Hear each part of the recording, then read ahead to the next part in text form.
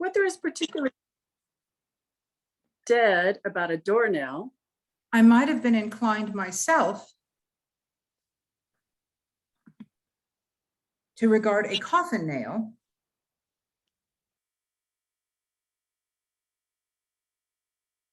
but the wisdom of our ancestors is in the simile, and my unhallowed hand shall not disturb it. or the country's done for. You will therefore permit me to refute emphatically that Marley was as dead as a doornail. Scrooge knew that he was dead? Of course he did. How could it be otherwise? Scrooge and he were partners for I don't know how many years. Scrooge was his sole executor, His sole administrator, his sole assign, his sole residuary legatee, his sole friend. his sole mourner. Scrooge never painted out old Marley's name. There it stood, Years afterward, above the warehouse door. Scrooge and Marley. The firm was known as Scrooge and Marley, sometimes people new to the business called Scrooge, and sometimes Marley. but he answered to both names. It was all the same to him. Oh, but he was a tight-fisted hand at the grindstone. Scrooge a squeezing, Wrenching, grasping, scraping, Clutching. covetous old sinner. hard and sharp as flint from which no steel had ever struck out generous fire. Secret and self-contained. And solitary as an oyster. The cold within him froze his old features, nipped his pointed nose, shriveled his cheeks, stiffened his gait. Made his eyes red, his thin lips blue, and spoke out shrewdly in his grating voice. A frosty rime was on his head and on his eyebrows and his wiry chin. He carried his own low temperature about him, always with him. He iced his office in the dog days and didn't thaw it 1 degree at Christmas. External heat and cold had little influence on him. No warmth could warm, no cold could chill him. No wind that blew was bitterer than he. No falling snow was more intent upon its purpose. No pelting rain, less open to entreaty. Foul weather didn't know where to have him. The heaviest rain And snow, And hail and sleet, could boast of the advantage over him in only one respect. they often came down handsomely. and Scrooge never did. Nobody ever stopped him in the street to say, with gladsome looks, My dear Scrooge, how are you? When will you come see me? no beggars implored him to bestow a trifle. No children asked him what it was o'clock. No man or woman ever once in all his life inquired the way to such and such a place of Scrooge. Even the blind men's dogs appeared to know him. And when they saw him coming on, would tug their owners into doorways and up courts. And then would wag their tails as though they said, No eye at all is better than an evil eye, dark master. but what did Scrooge care? It was the very thing he liked, To edge his way along the crowded paths of life. warning all human sympathy to keep its distance. Was what the knowing ones called nuts to Scrooge. Once upon a time, Of all the good days in the year, upon a Christmas Eve. Old Scrooge sat busy in his counting house, it was cold, bleak, biting, foggy weather. and he could hear the people in the court outside go wheezing up and down. Beating their hands upon their breasts. Stamping their feet upon the pavement stones to warn them. The city clocks had only just gone 3, But it was quite dark already. and candles were flaring in the windows of the neighboring offices. They're like ruddy smears upon the palpable brown air. The door of Scrooge's counting house was open, that he might keep his eye upon his clerk. Who, in a dismal little cell beyond, a sort of tank, Was copying letters. Scrooge had a very small fire, but the clerk's fire was so much smaller that it looked like one coal. But he couldn't replenish it, for Scrooge kept the coal box in his own room. Wherefore the clerk put on his white comforter and tried to warm himself at the candle. in which effort, Not being a man of strong imagination, He failed. A Merry Christmas, Uncle. God save you. Cried a cheerful voice. Ah, it was the voice of Scrooge's nephew, who came upon him so quickly that this was the first intimation Scrooge had of his approach. Bah, Said Scrooge. humbug. Christmas a humbug, Uncle. Scrooge's nephew. You don't mean that, I'm sure. I do. Said Scrooge. Merry Christmas. What right do you have to be merry? What reason do you have to be merry? You're poor enough. Out upon Merry Christmas. What's Christmas time to you but time for paying bills without money? A time for finding yourself a year older and not an hour richer. A time for balancing your books and having every item in them through a round dozen of months presented dead against you. If I had my will, Said Scrooge indignantly.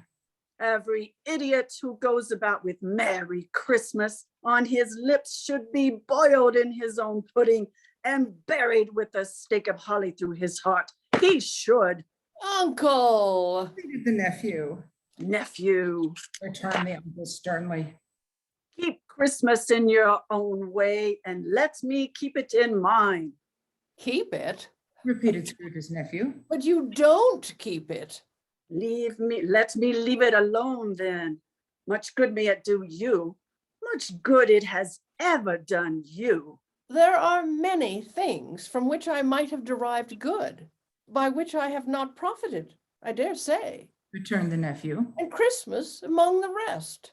But I'm sure I have always thought of Christmas time, when it has come round, apart from the veneration due to its sacred origin, if anything belonging to it can be part from that, as a good time, a kind, forgiving, charitable, pleasant time, the only time I know of, in the long calendar of the year, when men and women seem by one consent to open their shut-up hearts freely and to think of people below them as if they really were fellow travelers to the grave. And therefore, they're not another race of creatures bound on other journeys. Uncle, though it has never put a scrap of gold or silver in my pocket, I believe that it has done me good and will do me good. And I say, God bless it. The clerk in the tank involuntarily applauded. Oh, becoming immediately sensible of the impropriety, he poked the fire and extinguished the last frail spark forever. Let me hear another sound from you, Said Scrooge. and you'll keep your Christmas by losing your situation.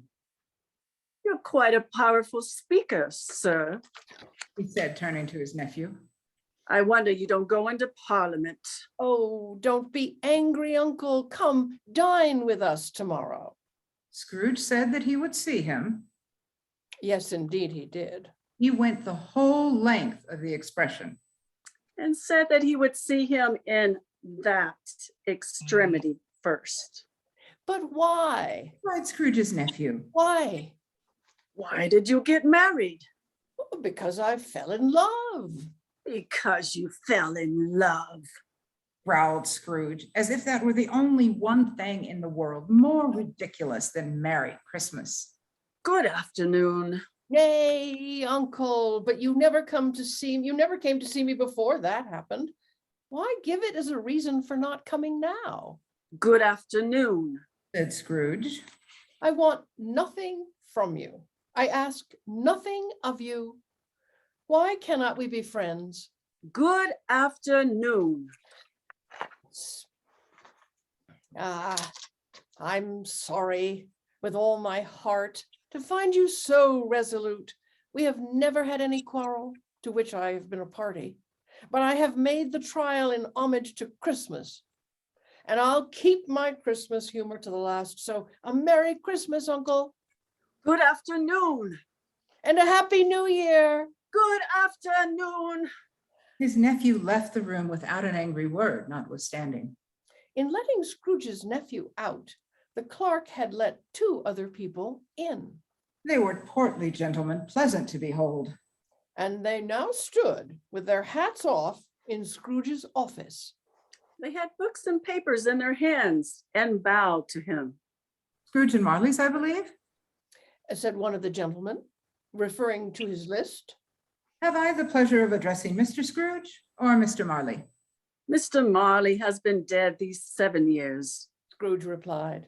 He died 7 years ago, this very night. Oh, well, we have no doubt his liberality is well represented by his surviving partner, At this festive time of the year, Mr. Scrooge, said the gentleman, taking up a pen. it is more than usually desirable that we should make some provision for the poor and destitute who suffer greatly at the present time. Many thousands are in want of common necessaries. Hundreds of thousands are in want of common comforts, sir. Are there no prisons? Asked Scrooge. Plenty of prisons. Said the gentleman, laying down the pen again. And the union workhouses? Demanded Scrooge. Are they still in operation? They are still. Returned the gentleman. I wish I could say they were not. A few of us are endeavoring to raise a fund to buy the poor some meat and drink and means of warmth. We choose this time because it is a time of all others when want is keenly felt and abundance rejoices. What shall I put you down for? Nothing. You wish to remain anonymous. I wish to be left alone. Said Scrooge. Since you ask me what I wish, gentlemen, that is my answer. I don't make merry myself at Christmas, and I can't afford to make idle people merry. I help to support the prisons and the workhouses. They cost enough, and those who are badly off must go there. Many can't go there, and many would rather die. If they would rather die, they had better do it and decrease the surplus population. Said Scrooge. It's not my business. It's enough for a man to understand his own business and not to interfere with other people's. Mine occupies me constantly. Good afternoon, gentlemen. Meanwhile, the fog and darkness thickened. The cold became intense. The owner of one scant young nose, gnawed and mumbled by the hungry cold, Stooped down at Scrooge's keyhole to regale him with a Christmas carol. But at the first sound of God rest ye merry gentlemen, let nothing you dismay. Scrooge seized the ruler with such energy of action. that, the singer fled in terror. At length, the hour of shutting up the county house had arrived. With an ill will, Scrooge, Dismounting from his stool, Tacitly admitted the fact to the expectant clerk.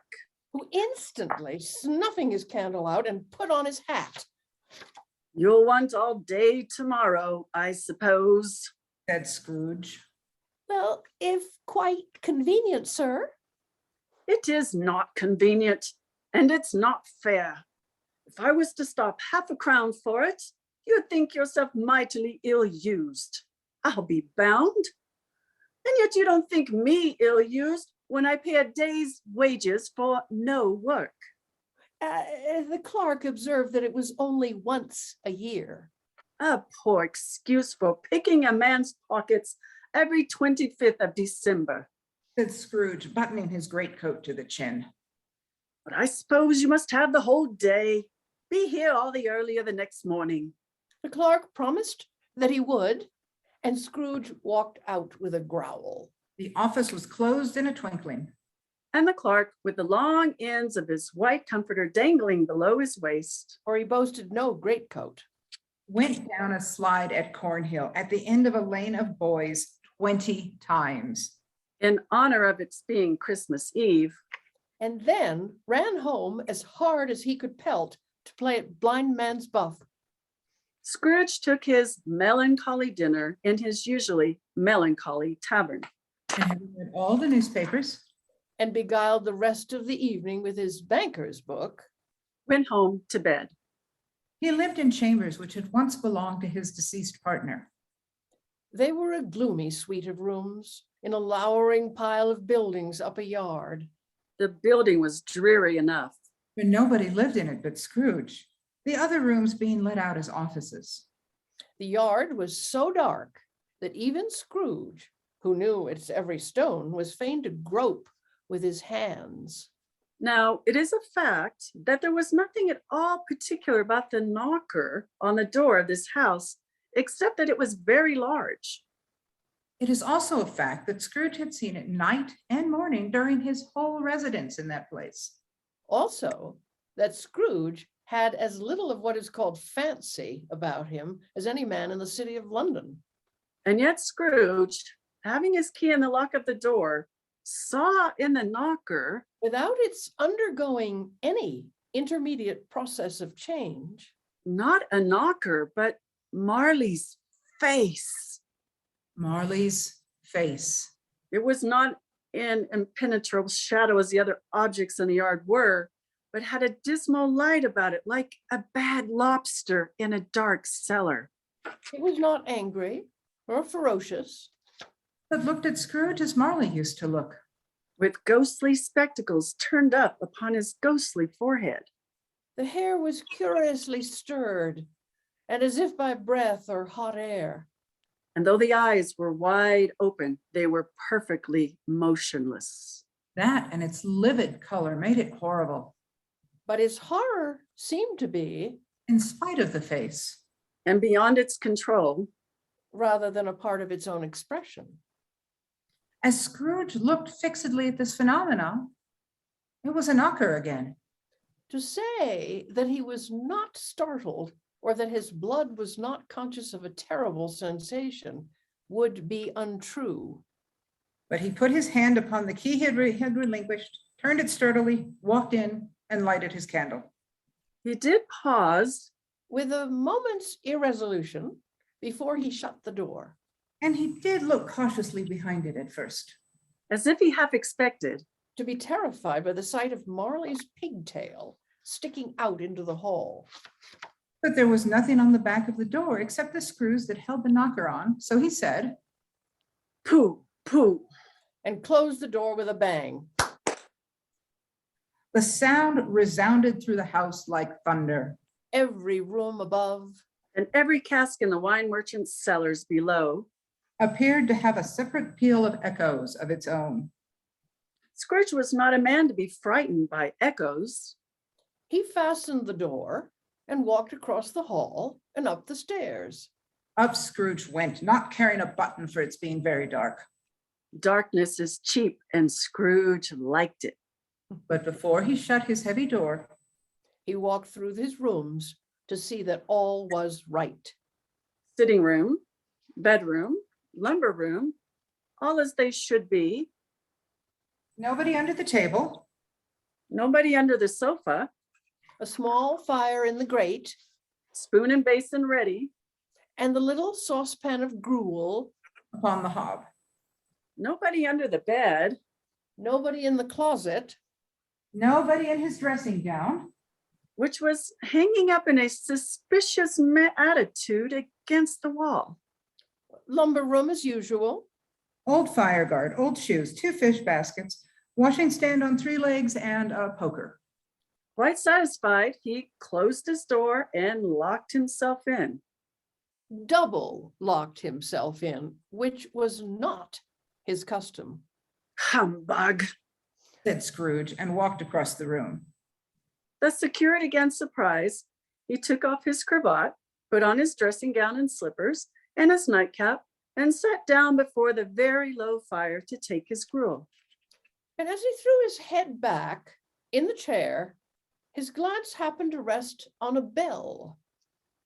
A disused bell that hung in the room and communicated, for some purpose now forgotten, with the chamber in the highest story of the building. It was with great astonishment And with a strange, inexplicable dread, that as he looked, he saw the bell begin to swing. Soon it rang out loudly, and so did every bell in the house. this was succeeded by a clanking noise deep down below.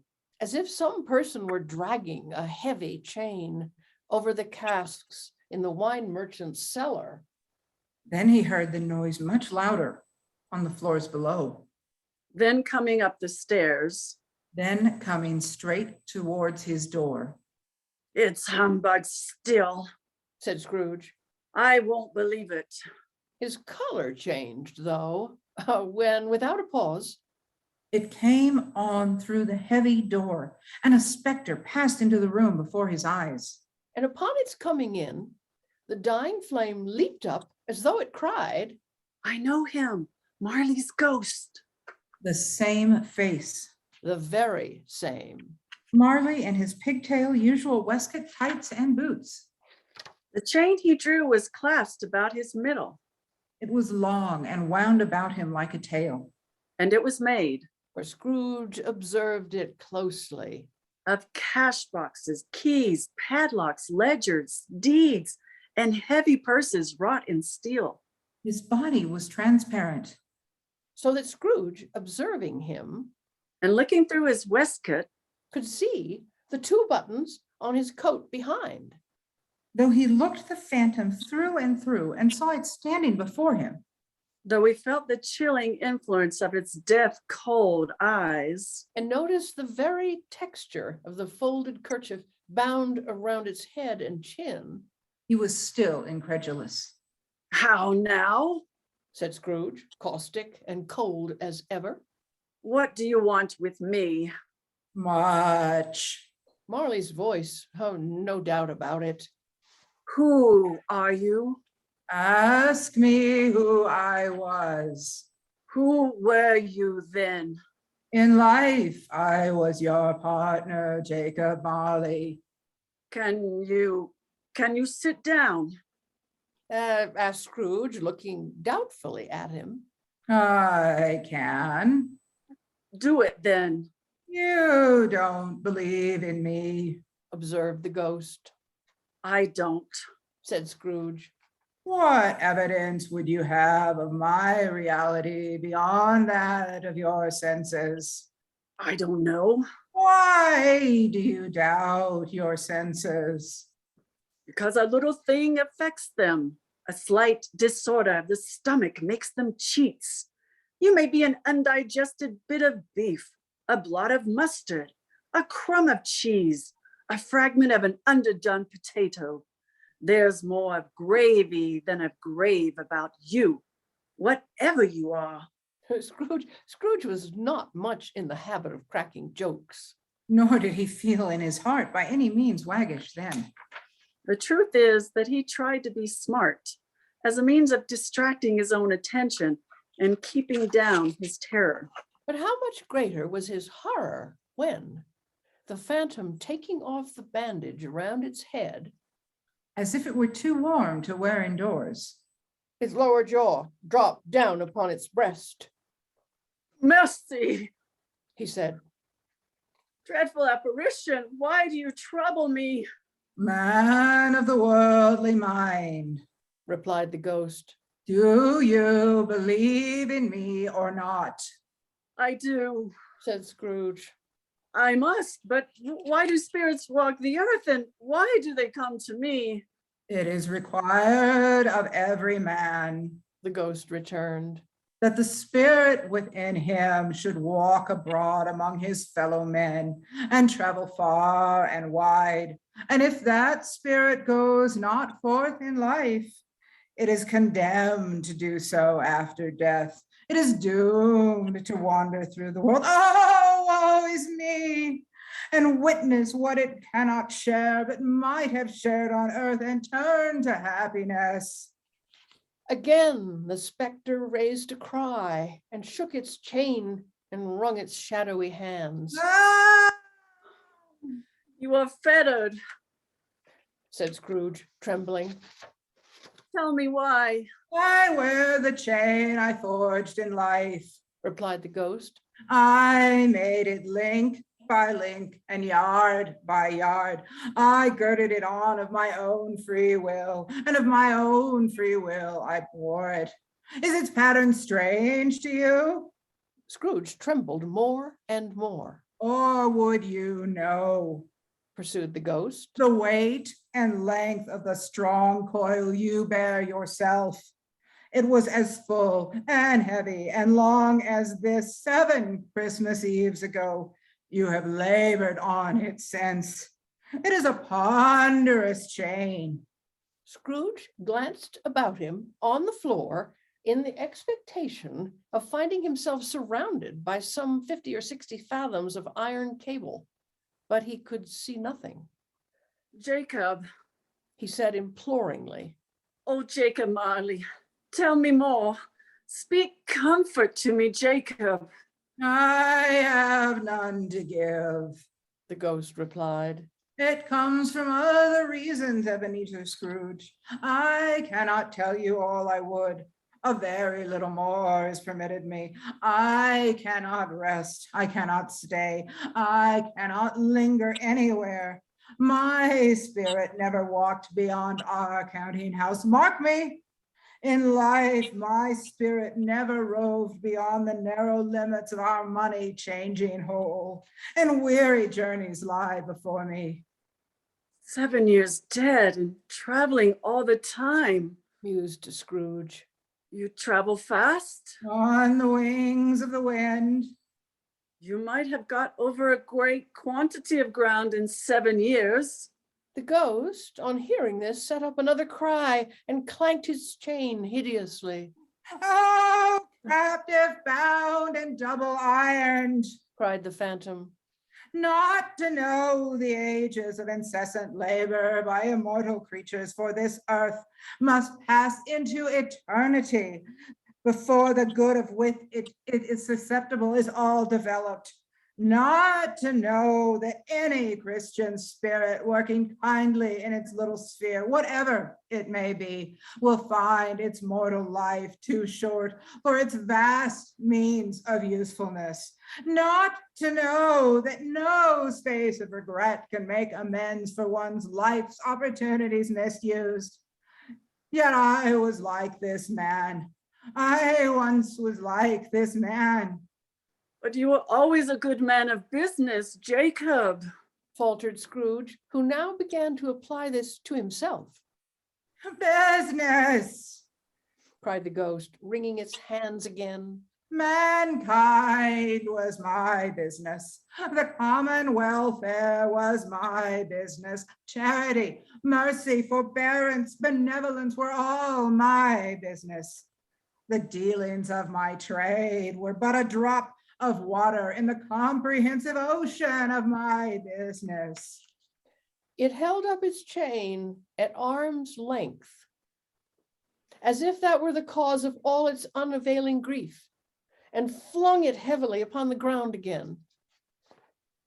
At this rolling time of the year, The specter said, I suffer most.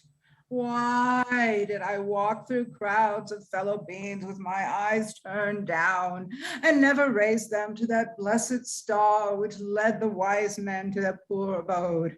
Were there no poor homes to which its light would have conducted me? Scrooge was very much dismayed to hear the specter going on at this rate, and began to quake exceedingly. Hear me, my time is nearly gone. I will, Said Scrooge. but don't be hard upon me. Don't be flowery, Jacob. Pray. I am here tonight to warn you that you have yet a chance and hope of escaping my fate, a chance and hope of my procuring Ebenezer. You were always a good friend to me, Jacob. Thank you. You will be haunted by three spirits. Scrooge's countenance fell almost as low as the ghost's had done. Is that the chance and hope you mentioned, Jacob? He demanded in a faltering voice. It is. I think I'd rather not. Said Scrooge. Without their visits, Said the ghost. you cannot hope to shun the path I tread. Expect the first tomorrow night when the bell tolls 1. Expect the second on the next night at the same hour. The third upon the next night when the last stroke of 12 has ceased to vibrate. Look to see me no more. And look that, for your own sake, you remember what has passed between us. And the apparition walked backward from him. And at every step it took, the window raised itself a little. So that when the specter reached it, it was wide open. It beckoned to Scrooge to approach, which he did. Scrooge became sensible of confused noises in the air. Incoherent sounds of lamentation and regret. Wailings inexpressibly sorrowful and self-accusatory. The spectre, after listening for a moment, joined in the mournful dirge. And floated out on the bleak, dark night.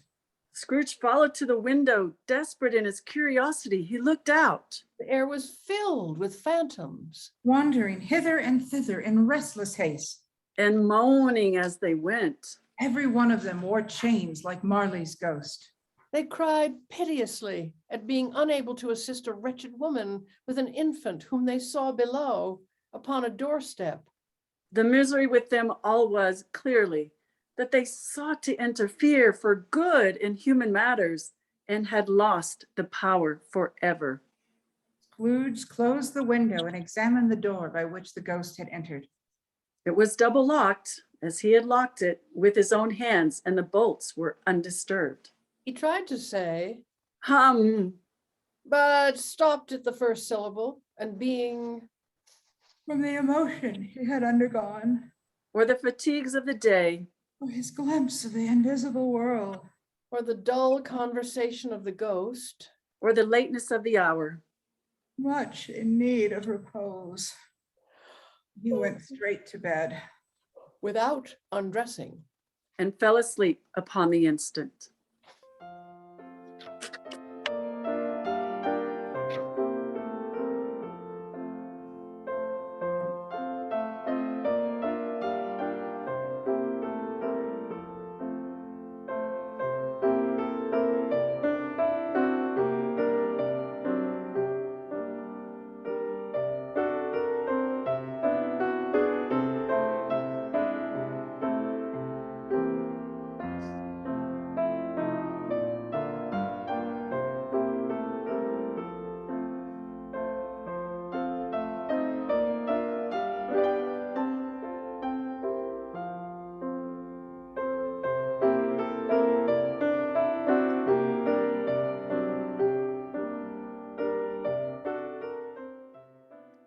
Stave 2, the first of the three spirits. When Scrooge awoke, it was so dark that looking out of bed, he could scarcely distinguish the transparent window from the opaque walls of his chamber. When the chimes of a neighboring church struck the 4 quarters. So he listened for the hour. To his great astonishment, the heavy bell went on from 6 to 7 and from 7 to 8. And regularly, up to 12. He remembered on a sudden that the ghost had warned him of a visitation when the bell tolled 1. He resolved to lie awake until the hour was past. The quarter was so long that he was more than once convinced he must have sunk into a doze and missed the clock. At length it broke upon his listening ear. Ding dong. A quarter past, Said Scrooge, counting. Ding dong. half past, Said Scrooge. Ding a dong. quarter to it, Said Scrooge. Ding dong. the hour itself, Said Scrooge triumphantly. and nothing else. He spoke before the hour bell sounded, which it now did with a deep, dull, hollow, melancholy 1. Light flashed up in the room upon the instant. And the curtains of his bed were drawn aside. By a strange figure, like a child. Yet not so like a child, as like an old man viewed through some supernatural medium. Its hair, which hung about its neck and down its back, was white as if with age. And yet the face had not a wrinkle in it. And the tenderest bloom was on the skin. It held a branch of fresh green holly in its hand, and, In a singular contradiction of that wintry emblem, Had its dress trimmed with summer flowers. but the strangest thing about it was that from the crown of its head there sprung a bright, clear jet of light, which all this was visible. "Are you the spirit, sir, whose coming was foretold to me?" Asked Scrooge.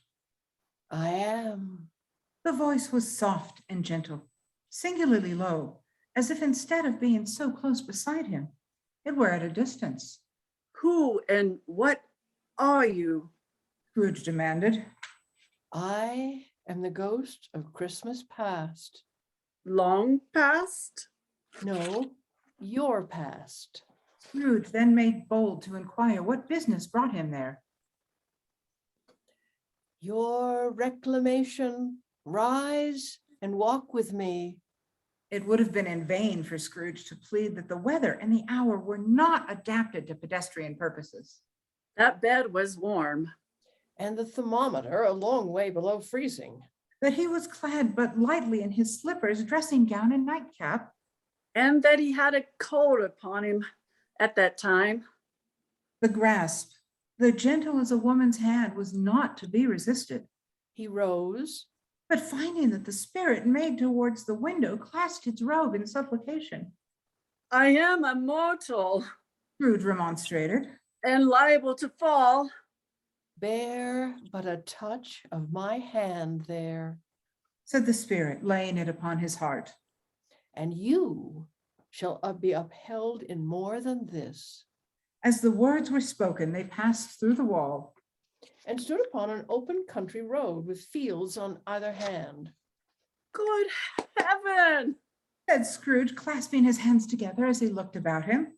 I was bred in this place. I was a boy here. The spirit gazed upon him mildly. Scrooge was conscious of 1,000 odors floating in the air, Each one connected with 1,000 thoughts. And hopes, and joys. and cares long, long forgotten, Your lip is trembling. said the ghost. And what is that upon your cheek?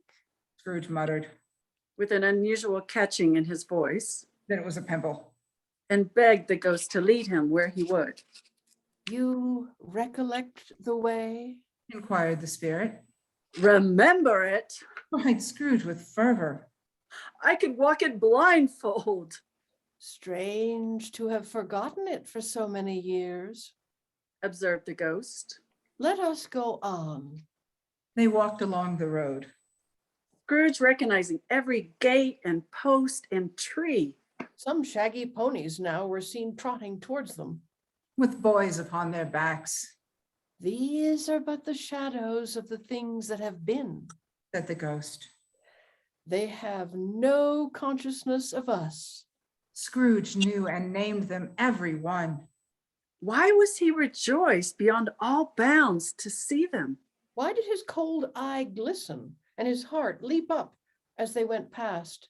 Why was he filled with gladness when he heard them give each other Merry Christmas? What was Merry Christmas to Scrooge? Out upon Merry Christmas. What good had it ever done him? The school is not quite deserted. Said the ghost. A solitary child, neglected by his friends, is left there still. Scrooge said he knew it, and he sobbed. They left the high road and soon approached a mansion of dull red brick. They went, the ghost and Scrooge, to a door at the back of the house. It opened before them. And disclosed a long, Bare, melancholy room. Made bare still by lines of plain deal forms and desks. At one of these, a lonely boy was reading near a feeble fire. and Scrooge sat down upon a form and wept to see his poor, forgotten self as he used to be. The spirit touched him on the arm. And pointed to his younger self, intent upon his reading. I wish, Scrooge muttered, putting his hand in his pocket and looking about him after drying his eyes with his cuff. but it's too late now. What? What is the matter? Asked the spirit. Nothing, Said Scrooge. nothing. There was a boy singing a Christmas carol at my door last night. I should like to have given him something, that's all. The ghost smiled thoughtfully and waved its hand, saying as it did so, Let us see another Christmas. Scrooge's former self grew larger at the words, and the room became a little darker and more dirty. The panels shrunk. windows cracked. Fragments of plaster fell out of the ceiling and the naked laths were shown instead. But how all this was brought about, Scrooge knew no more than you do. He only knew that it was quite correct. And there he was alone again, when all the other boys had gone home for the jolly holidays. He was not reading now, but walking up and down despairingly. Scrooge looked at the ghost and glanced anxiously towards the door. It opened, And a little girl, much younger than the boy, came darting in and, putting her arms around his neck and often kissing him. addressed him as her dear, dear brother, I have come to bring you home, dear brother, said the child, clapping her tiny hands and bending down to laugh. to bring you home. Home, little Fan? Returned the boy, Yes, said the child, brimful of glee. home for good and home forever and ever. Father is so much kinder than he used to be that home's like heaven. Always a delicate creature, whom a breath might have withered. Said the ghost. But she has a large heart. So she had. Cried Scrooge. You're right, I'll not gainsay it, spirit. God forbid. She died a woman, Said the ghost. and I think, children. One child. Scrooge returned. True, Said the ghost. your nephew. Scrooge seemed uneasy in his mind and answered briefly. Yes. Though they had but that moment left the school behind them, they were now in the busy thoroughfares of a city. It was made plain enough by the dressing of the shops that here too, it was Christmas time. The ghost stopped at a certain warehouse door and asked Scrooge if he knew it. Know it?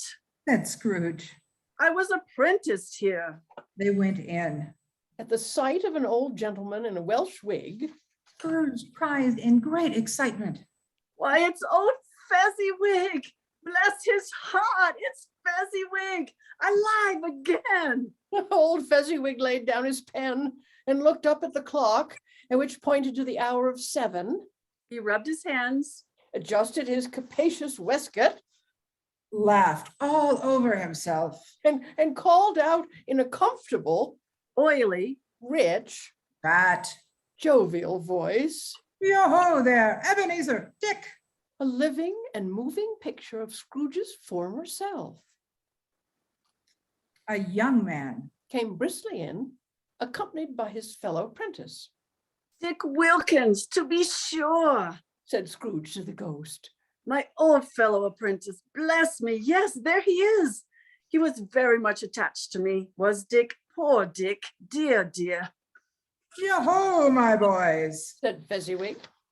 No more work tonight. Christmas Eve, Dick, Christmas, Ebenezer. Let's have the shutters up before a man can say Jack Robinson. Hill-ho, clear away, my lads, and let's have lots of room here. Clear away. There was nothing they wouldn't have cleared away or couldn't have cleared away with old Fezziwig looking on. It was done in a minute. Every movable was packed off as if it were dismissed from public life forevermore. The floor was swept and watered. The lamps were trimmed, Fuel was heaped upon the fire, and the warehouse was, as snug And warm. and dry and bright a ballroom as you would desire to see upon a winter's night. In came a fiddler with a music book. and went right up to the lofty desk and made an orchestra out of it. And tuned like 50 stomach aches. In came Mrs. Fezziwig, one vast, substantial smile. In came the 3 Miss Fezziwigs, beaming and lovable. In came the 6 young followers whose hearts they broke. In came all the young men and women employed in the business. In came the housemaid, With her cousin the baker. In came the cook. with her brother's particular friend, the milkman. In they all came, one after another, some shyly, Some boldly, Some gracefully, some awkwardly. some pushing. some pulling, And they all came anyhow and everyhow. Away they all went, 20 couples at once. Hands half round and back again the other way. down the middle and up again. Round and round in various stages of affectionate grouping. Old top couple always turning up in the wrong place. New top couple, Starting off as soon as they got there. Old top couples at last. and not a bottom one to help them. When this result was brought about, old Fezziwig, clapping his hands to stop the dance, cried out, Well done. And the fiddler plunged his hot face into a pot of porter, especially provided for that purpose. There were more dances and there were forfeits, and more dances, And there was cake. and there was a great piece of cold roast. and there was a great piece of cold boiled. And there were mince pies and plenty of beer. But the great effect of the evening came after the roast and boiled, when the fiddler struck up Sir Roger de Coverley. Then old Fezziwig stood out to dance with Mrs. Fezziwig, top couple too, with a good stiff piece of work cut out for them. 3 or 4 and 20 pair of partners. People who were not to be trifled with, People who would dance. and had no notion of walking. But if they had been twice as many, 4 times. Old Fezziwig would have been a match for them, and so would Mrs. Fezziwig. As to her, she was worthy to be his partner in every sense of the term. A positive light appeared to issue from Fezziwig's calves. They shone in every part of the dance. you couldn't have predicted at any given time what would become of them next. And when old Fezziwig and Mrs. Fezziwig had gone all through the dance, Advance and retire. Turn your partner, bow and curtsy, corkscrew, thread the needle. And back again to your place. Ah, Fezziwig cut so deftly that he appeared to wink with his legs. When the clock struck 11, this domestic ball broke up. Mr. and Mrs. Fezziwig took their stations, one on either side of the door, and Shaking hands with every person individually as he or she went out. wished him or her a Merry Christmas. When everybody had retired but the 2 prentices, they did the same to them, A small matter said the ghost. to make these silly folks so full of gratitude. He has spent but a few pounds of your mortal money. 3 or 4, perhaps. Is that so much that he deserves this praise? It isn't that. Said Scrooge, heated by the remark, and speaking unconsciously, like his former, not his latter self. It isn't that, Spirit. He has the power to render us happy or unhappy, to make our service light or burdensome, a pleasure or a toil. Say that his power lies in words and looks, in things so slight and insignificant that it is impossible to add and count them up. What then? The happiness he gives is quite as great as if it cost a fortune. He felt the spirit's glance and stopped, What is the matter? asked the ghost. Nothing particular. Said Scrooge. Something, I think. The ghost insisted, No, said Scrooge. no, I should like to be able to say a word or two to my clerk just now. That's all. My time grows short. Observed the spirit. Quick! This was not addressed to Scrooge or to anyone whom he could see, but it produced an immediate effect. For again, he saw himself. He was older now, a man in the prime of his life. He was not alone. But sat by the side of a fair young girl in a black dress. In whose eyes there were tears. It matters little. She said softly to Scrooge's former self. To you, very little. Another idol has displaced me, and if it can comfort you in time of to come, as I would have tried to do, I have no just cause to grieve. What idol has displaced you? He rejoined. A golden one. You fear the world too much. I have seen your nobler aspirations fall off one by one until the master passion, gain, engrosses you. Even if I have grown so much wiser, what then? I am not changed towards you. Have I ever sought release from our engagement? In words, no, never. In what then? In a changed nature. She returned. In a changed nature, in an altered spirit, in another atmosphere of life, another hope as its great end, in everything that made my love of any worth or value in your sight.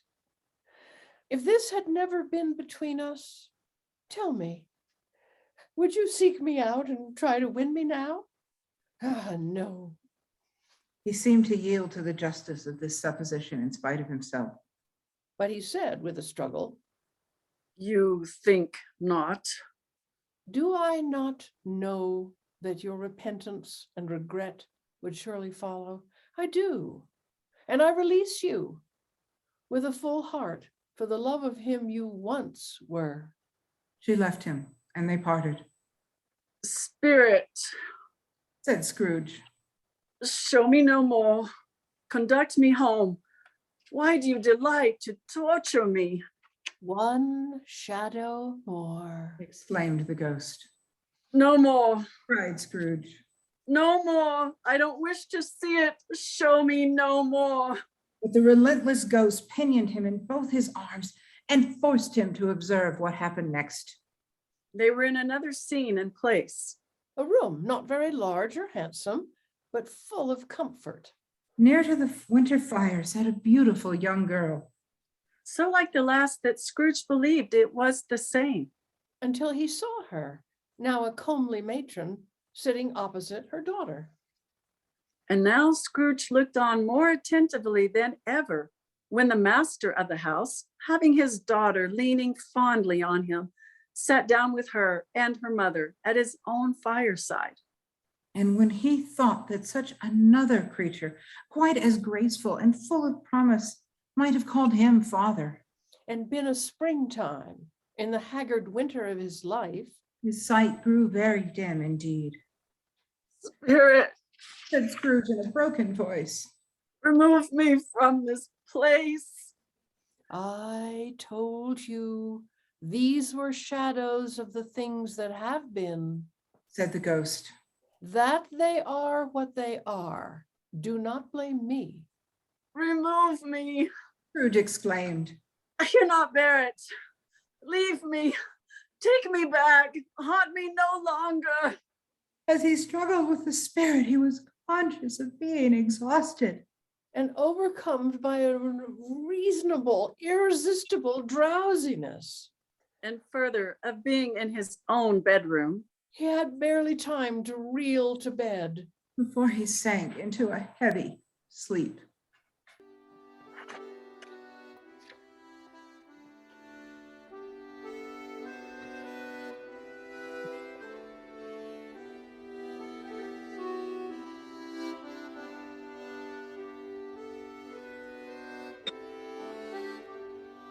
See amid the winter snow, born for us on earth below.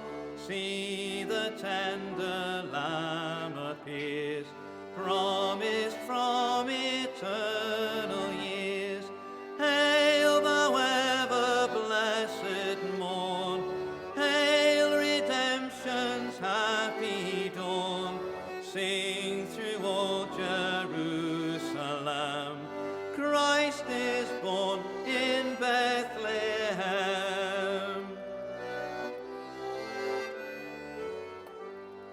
Lo, within a manger lies he who built the starry skies.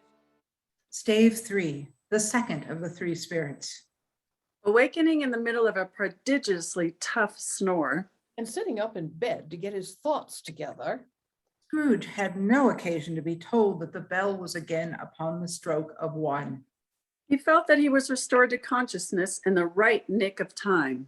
For the especial purpose of holding a conference with the second messenger dispatched to him through Jacob Marley's intervention. Consequently, when the bell struck 1, In no shape appeared. He was taken with a violent fit of trembling. 5 minutes, 10 minutes. A quarter of an hour went by. yet nothing came. He got up softly and shuffled in his slippers to the door. The moment Scrooge's hand was on the lock, a strange voice called him. By his name. and bade him enter. He obeyed. It was his own room, There was no doubt about that. but it and his own adjoining sitting room, Had undergone a surprising transformation. the walls and ceiling were so hung with green that it looked a perfect grove. Crisp leaves of holly Mistletoe, Ivy, reflected back the light as if many little mirrors had been scattered there. and such a mighty blaze went roaring up the chimney. as that dull petrifaction of a hearth had never known in Scrooge's time. Or Marley's. Or for many and many a winter season gone. Heaped upon the floor to form a kind of throne were Geese. turkeys, And game, Game, poultry, brawn, great joints of meat, sucking pigs, long wreaths of sausages, mince pies, plum puddings, barrels of oysters, red-hot chestnuts, cherry-cheeked apples, juicy oranges, luscious pears, immense 12th cakes, and seething bowls of punch. that made the chamber dim with their delicious steam. in easy state upon the couch. There sat a jolly giant, glorious to see. Who bore a glowing torch in shape, not unlike Plenty's horn. And held it up to shed its light on Scrooge as he came peeping around the door. Come in, Exclaimed the ghost. come in and know me better, man. I am the ghost of Christmas present. Said the spirit. Look upon me. Scrooge reverently did so. It was clothed in one simple green robe or mantle bordered with white fur. This garment hung so loosely on the figure That its capacious breast was bare. As if disdaining to be warded or concealed by any artifice. its feet were bare. On its head, it wore no other covering than a holly wreath, set here and there with shining icicles. You have never seen the like of me before. Exclaimed the spirit. Never. Scrooge made answer to it. Never walked forth with the younger members of my family, meaning, for I am very young. My dear elder brother is born in these late years. Pursued the phantom. I don't think I have. Said Scrooge. I am afraid I have not. Have you had many brothers, Spirit? More than 1,800. A tremendous family to provide for. Muttered Scrooge. The ghost of Christmas present rose. Spirit, Said Scrooge submissively. conduct me where you will. I went forth last night on compulsion, and I learned a lesson which is working now. Tonight, if you have aught to teach me, let me profit by it. Touch my robe. Scrooge did as he was told and held it fast. Holly, Mistletoe, Red berries, ivy, turkeys, geese, pies. all vanished instantly. and they stood in the city streets upon a snowy Christmas morning. The sky was glooming, and there was nothing very cheerful in the climate. And yet, was there in the air of there was an air of cheerfulness abroad, that the clearest summer air In bright summer sun, Might have endeavored to diffuse in vain. for the people who were shoveling away on the housetops were jovial and full of glee. the poulterers' shops were still half open. And the fruiterants were radiant in their glory, There were great round pot-bellied baskets of chestnuts shaped like the waistcoats of jolly old gentlemen. lolling at the doors and tumbling out into the street in their apoplectic opulence. The grocers, Oh, the grocers. The customers were all so hurried and so eager in the hopeful promise of the day. While the grocer and his people were so frank and fresh, that the polished hearts with which they fastened their aprons behind, Might have been worn outside for Christmas daws to peck at if they chose. the sight of these poor revelers appeared to interest the spirit very much. for he stood beside him, with Scrooge beside him in a baker's doorway. And taking off the covers as the bearers passed, sprinkled incense on their dinners from his torch. And it was a very uncommon kind of torch. For once or twice, when there were angry words between some dinner carriers who had jostled each other, He shed a few drops of water on them from it, and their good humor was restored directly. For they said it was a shame to quarrel upon Christmas Day. And so it was. God love it, so it was. Is there a peculiar flavor in what you sprinkle from your torch? Asked Scrooge. There is my own. Would it apply to any kind of dinner on this day? Asked Scrooge. To any kindly given, to a poor one most, Why to a poor one most? Asked Scrooge. because it needs it most. And perhaps it was the pleasure, The good spirit and had in showing off this power of his. Or else it was his own kind, generous, hearty nature. his sympathy with all poor men, That led him straight to Scrooge's clerk. And on the threshold of the door, the spirit smiled. and stopped to bless Bob Cratchit's dwelling with the sprinklings of his torch. Think of that. Bob had but 15 bob a week to himself. He pocketed on Saturdays but 15 copies of his Christian name. And yet the ghost of Christmas present blessed his 4-roomed house. Then uprose Mrs. Cratchit, Cratchit's wife. Dressed out but poorly in a twice-turned gown, Brave in ribbons, which are cheap and make a goodly show for 6 pence. And she laid the cloth, assisted by Belinda Cratchit, second of her daughters, also brave in ribbons. while Master Peter Cratchit plunged a fork into the saucepan of potatoes. And getting the corners of his monstrous shirt collar. Bob's private property, conferred upon his son and heir in honor of the day, Into his mouth, rejoiced to find himself so gallantly attired. And yearned to show his linen in the fashionable park. and now 2 smaller Cratchits, boy and girl, came tearing in, Screaming that outside the baker's they had smelt the goose and they'd known it for their own. And basking in luxurious thoughts of sage and onion. These young Cratchits danced about the table, And exalted Master Peter Cratchit to the skies. While he Not proud, although his collars nearly choked him, blew the fire. until the slow potatoes, bubbling up, knocked loudly at the saucepan lid to be let out and peeled. Whatever has got your precious father then? said Mrs. Cratchit. And your brother Tiny Tim and Martha weren't as late last Christmas by half an hour. Here's Martha, mother. Why, bless your heart alive, my dear, how late you are. said Mrs. Cratchit, kissing her a dozen times and taking off her shawl and bonnet for her, Oh, we had a deal of work to finish up last night, replied the girl. and we had to clear away this morning, mother. Well, never mind, so long as you are come. said Mrs. Cratchit. Sit you down before the fire, my dear, and have a warm, Lord bless ye. No, there's father coming. Cried the 2 young Cratchits, who were everywhere at once. Hide, Martha, hide! So Martha hid herself, and in came little Bob, the father. With at least 3 feet of comforter, exclusive of the fringe, hanging down before him. And his threadbare clothes darned up and brushed to look seasonable.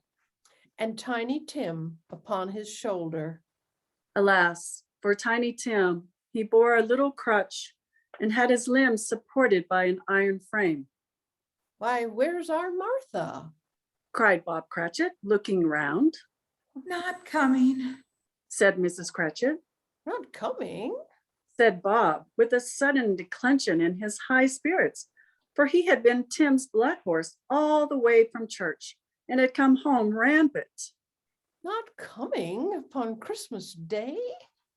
Martha didn't like to see him pointed, if it were only in joke. So she came out prematurely from the closet door and ran into his arms. While the 2 young Cratchits hustled Tiny Tim and bore him off to the wash house that he might hear the pudding singing in the copper. And how did little Tim behave? Asked Mrs. Cratchit when she had rallied Bob on his credulity. And Bob had hugged his daughter to his heart's content. As good as gold. Said Bob. Ah, yes, and better. You know, somehow he gets thoughtful sitting by himself so much. and thinks the strangest things you ever heard. He told me coming home that he hoped the people saw him in the church because he was a cripple. And it might be pleasant to them to remember upon Christmas Day who made lame beggars walk and blind men see. Bob's voice was tremulous when he told them this, and trembled more when he said that Tiny Tim was growing strong and hearty. His active little crutch was heard upon the floor, and back came Tiny Tim before another word was spoken. Escorted by his brother and sister to his stool beside the fire, while Bob, turning up his cuffs, As if, poor fellow, they were capable of being made more shabby. Compounded some hot mixture in a jug with gin and lemons, and stirred it round and round and put it on the hob to simmer. Master Peter and the two ubiquitous young Cratchits went to fetch the goose. with which they soon returned in high procession, Mrs. Cratchit made the gravy, ready beforehand in a little saucepan. hissing hot. Master Peter mashed the potatoes with incredible vigor. Miss Belinda sweetened up the applesauce. Martha dusted the hot plates. Bob took Tiny Tim beside him in a tiny corner at the table. The two young Cratchits set chairs for everybody. Not forgetting themselves, And mounting guard upon their posts, crammed spoons into their mouths, lest they should shriek for goose before their turn came to be helped. At last the dishes were set on and grace was said. it was succeeded by a breathless pause as Mrs. Cratchit, Looking slowly all along the carving knife, Prepared to plunge it into the breast.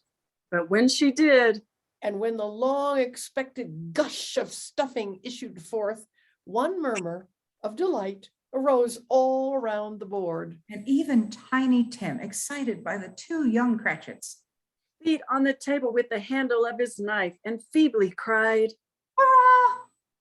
"There never was such a goose. Bob said he didn't believe there ever was such a goose cooked. Its tenderness And flavor Size, and cheapness, were the themes of universal admiration. eked out by applesauce and mashed potatoes, it was a sufficient dinner for the whole family. Indeed, as Mrs. Cratchit said with great delight, surveying one small atom of a bone upon the dish, they hadn't ate it all at last. yet every one had had enough.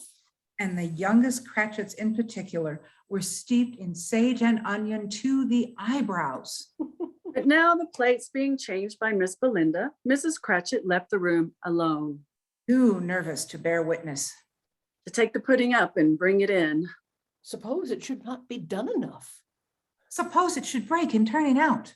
Suppose somebody should have got over the wall of the backyard and stolen it while they were merry with the goose.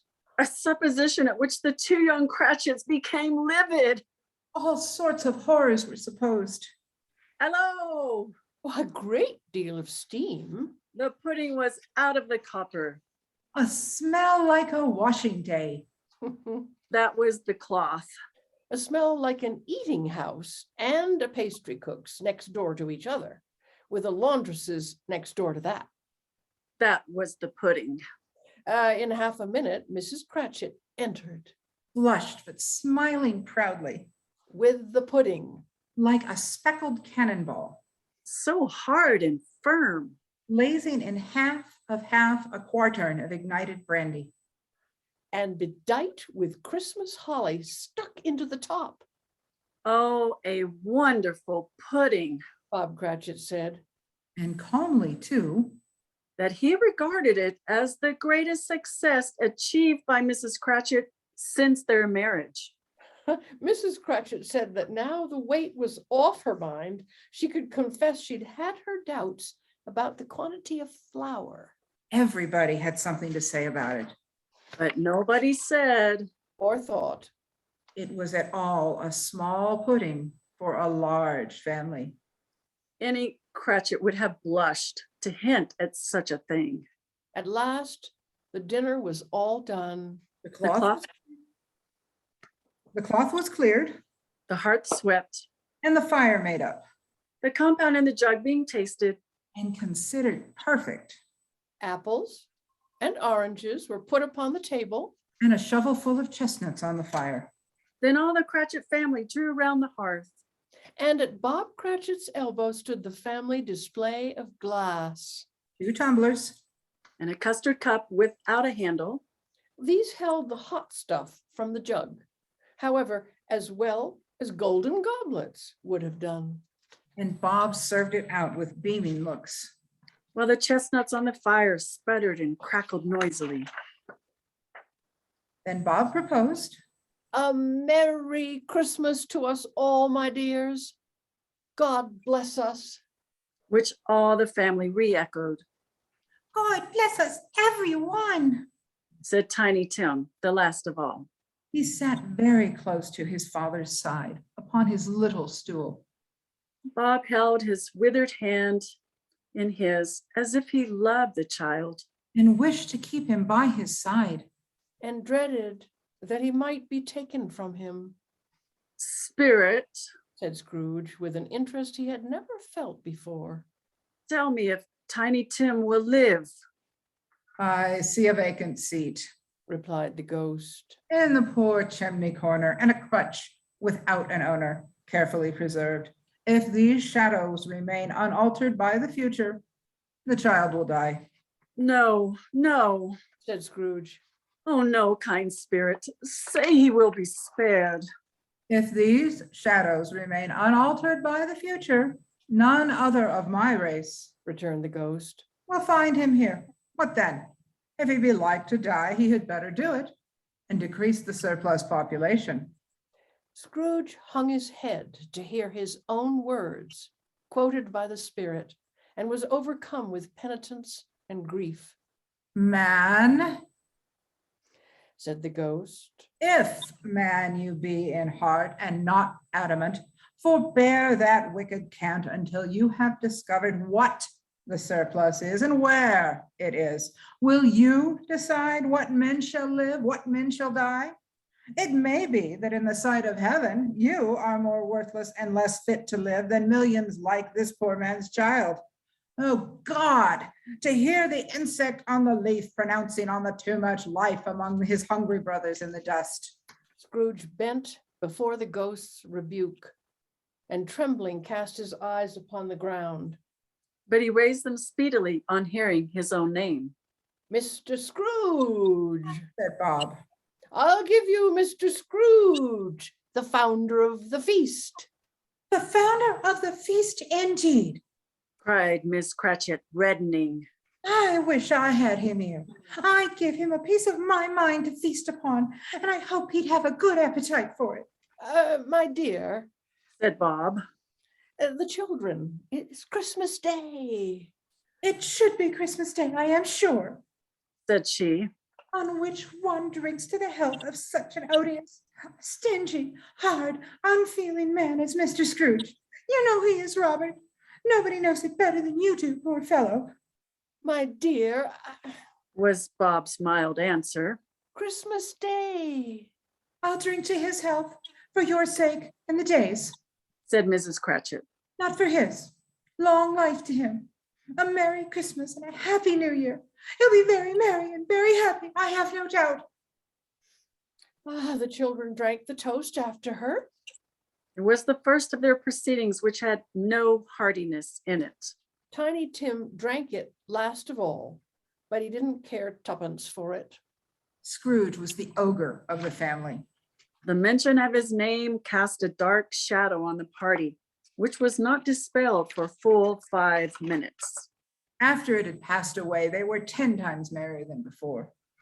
From the mere relief of Scrooge the Baleful being done with. Bob Cratchit told them how he had a situation in his eye for Master Peter. Which would bring in If obtained, full 5 and 6 pence weekly. The 2 young Cratchits laughed tremendously at the idea of Peter's being a man of business. and Peter himself looked thoughtfully at the fire from between his collars. As if he were deliberating what particular investments he should favor when he came into the receipt of that bewildering income. Martha Who was a poor apprentice at a milliner's, then told them what kind of work she had to do. And how many hours she worked at a stretch. and how she meant to lie abed tomorrow for a good long rest. Tomorrow being a holiday that she could pass at home. Alas, also how she had seen a countess and a lord some days before, and how the lord, Was much about as tall as Peter. at which Peter pulled up his collar so high that you couldn't have seen his head if he had been there. All this time, the chestnuts in the jug went round and round. And by they had a song about a lost child traveling in the snow. From Tiny Tim, who had a plaintive little voice and sang it very well indeed. There was nothing of high mark in this. They were not a handsome family. And they were not well dressed. Their shoes were far from being waterproof. Their clothes were scanty. And Peter might have known, and very likely did, that inside of a pawnbroker's, But they were happy. Grateful. pleased with one another and contented with the time. And when they faded, And looked happier yet in the bright sprinklings of the spirit's torch at parting. Scrooge had his eye upon them And especially on Tiny Tim. until the last. It was a great surprise to Scrooge as this scene vanished to hear a hearty laugh. It was a much greater surprise to Scrooge to recognize it as his own nephew's. And to find himself in a bright, dry, gleaming room with the spirit standing smiling by his side and looking at the same nephew with approving affability. Laughed Scrooge's nephew. Oh, It is a fair, even-handed, noble adjustment of things that While there is infection in disease and sorrow, there is nothing in the world so irresistibly contagious as laughter and good humor. when Scrooge's nephew laughed, Scrooge's niece by marriage laughed as heartily as he. And their assembled friends, being not a bit behindhand, laughed out lustily. he said that Christmas was a humbug as I live. Cried Scrooge's nephew. He believed it too. Oh, shame for him, Fred. Said Scrooge's niece indignantly. Oh, bless those women. They never do anything by halves. They are always in earnest. She was very pretty, exceedingly pretty. With a dimple, Surprised looking, Capital face. all kinds of good little dots about her chin. that melted into one another when she laughed. And the sunniest pair of eyes you've ever saw in any little creature's head. He's a comical old fellow. Said Scrooge's nephew. That's the truth, and not so pleasant as he might be. However, his offenses carry their own punishment, and I have nothing to say against him. I have no patience with him. Observed Scrooge's niece. Oh, I have. Said Scrooge's nephew. I'm sorry for him. Who suffers by his ill whims? Himself, always. Here he takes it into his head to dislike us, and he won't come and dine with us. What's the consequence? He doesn't lose much of a dinner. Indeed, I think he loses a very good dinner. Interrupted Scrooge's niece. Everybody else said the same, and they must be allowed to have been competent judges because they had just had dinner. And with the dessert upon the table, were clustered around the fire by lamplight. Well, I'm very glad to hear it, Said Scrooge's nephew. because I haven't had any great faith in these young housekeepers. What do you say, Topper? Topper clearly had his eye on one of Scrooge's niece's sisters, for he answered, That a bachelor was a wretched outcast who had no right to express an opinion on the subject. whereat Scrooge's niece's sister, The plump one with the lace tucker, not the one with the roses. blushed. I was only going to say Said Scrooge's nephew. that the consequence of his taking a dislike to us and not making merry with us is, as I think, that he loses some pleasant moments, which could do him no harm. I mean, to give him the same chance every year, whether he likes it or not, for I pity him. After tea, they had some music. For they were a musical family and knew what they were about when they sang a glee or a catch, I can assure you. Especially Topper, who could growl away in the bass like a good one. and never swell the large veins in his forehead or get red in the face over it. With this strain of music sounded, all of the things that the ghost had shown Scrooge came upon his mind. He softened more and more. And thought that if he could have listened to it often years ago, he might have cultivated the kindness of life for his own happiness. But they didn't devote the whole evening to music, After a while, they played at forfeits. for it is good to be children sometimes, and never better at Christmas, when its mighty founder was a child himself. There was first a game at Blind Man's Buff, though. And I no more believe Topper was really blinded than I believe he had eyes in his boots. Because the way in which he went after that plump sister in the lace tucker was an outrage on the credulity of human nature. Knocking down the fire irons, Tumbling over chairs, Bumping up against the piano. smothering himself amongst the curtains. wherever she went, there went he. He always knew where the plump sister was. He wouldn't catch anybody else. If you had fallen up against him As some of them did, and stood there, he would have made a feint of endeavoring to seize you Which would have been an affront to your understanding. and would have instantly sidled off in the direction of the plump sister. here is a new game. Said Scrooge. 1/2 hour spirit, only one. It was a game called Yes and No, where Scrooge's nephew had to think of something, and the rest must find out what. He only answering to their questions yes or no, as the case was. The fire of questioning to which he was exposed elicited from him that he was thinking of an animal. A Alive, rather disagreeable animal. a savage animal. An animal that growled and grunted sometimes, And talked sometimes. and lived in London, And walked about the streets. and wasn't made a show of, And wasn't led by anybody, And didn't live in a menagerie. and was never killed in a market. and was not a horse Or an ass. or a cow Or a bull. Or a tiger or a dog. or a pig or a cat or a bear.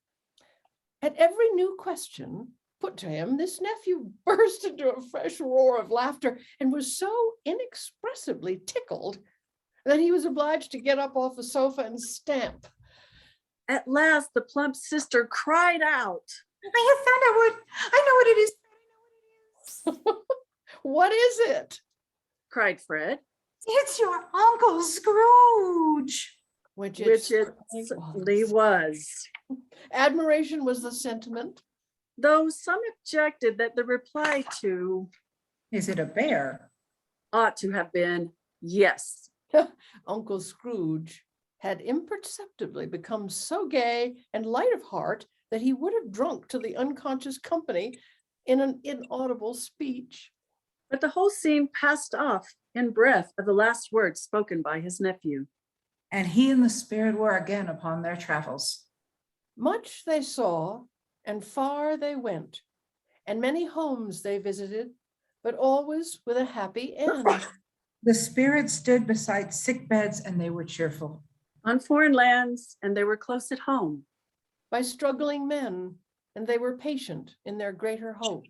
By poverty, and it was rich. In almshouse, hospital, and jail. In misery's every refuge, Where vain man in his little brief authority had not made fast the door and barred the spirit out. he left his blessing and taught Scrooge his precepts. Forgive me if I am not justified in what I ask, Said Scrooge, looking intently at the spirit's robe. but I see something strange and not belonging to yourself, protruding from your skirts. Is it a foot or a claw? It might be a claw for all the flesh there is upon it. Was the spirit's sorrowful reply. Look here. And from the foldings of its robe, it brought two children, wretched, abject, frightful, hideous, miserable. They knelt down at its feet and clung upon the outside of its garment. Oh, man, look here. Look down here. exclaimed the ghost. There were a boy and a girl, Yellow, Meager, ragged, scowling, wolfish. but prostrate too in their humility. where a graceful youth should have filled their features out and touched them with its freshest tints, A stale and shriveled hand. Like that of age. had pinched and twisted them. And pulled them into shreds. Where angels might have sat enthroned. Devils lurked and glared out menacing. Scrooge started back, appalled. Having them shown to him in this way, he tried to say they were fine children. But the words choked themselves rather than be parties to a lie of such enormous magnitude. Spirit, are they yours? Scrooge could say no more, They are man's, said the spirit, looking down upon them. and they cling to me, appealing from their fathers. The boy is ignorance, the girl is want. Beware them both and all of their degree, but most of all beware the boy, for on his brow I see that written which is doom, unless the writing be erased. Deny it. Cried the spirit, stretching out its hand towards the city. Have they no refuge or resource? Cried Scrooge, Are there no prisons? said the spirit, turning on him for the last time with his own words. Are there no workhouses? The bell struck 12. Scrooge looked about him for the ghost and saw it no more. As the last stroke of 12 ceased to vibrate, he remembered the prediction of old Jacob Marley. And lifting up his eyes, beheld a solemn phantom, Draped and hooded, Coming like a mist along the grounds before him.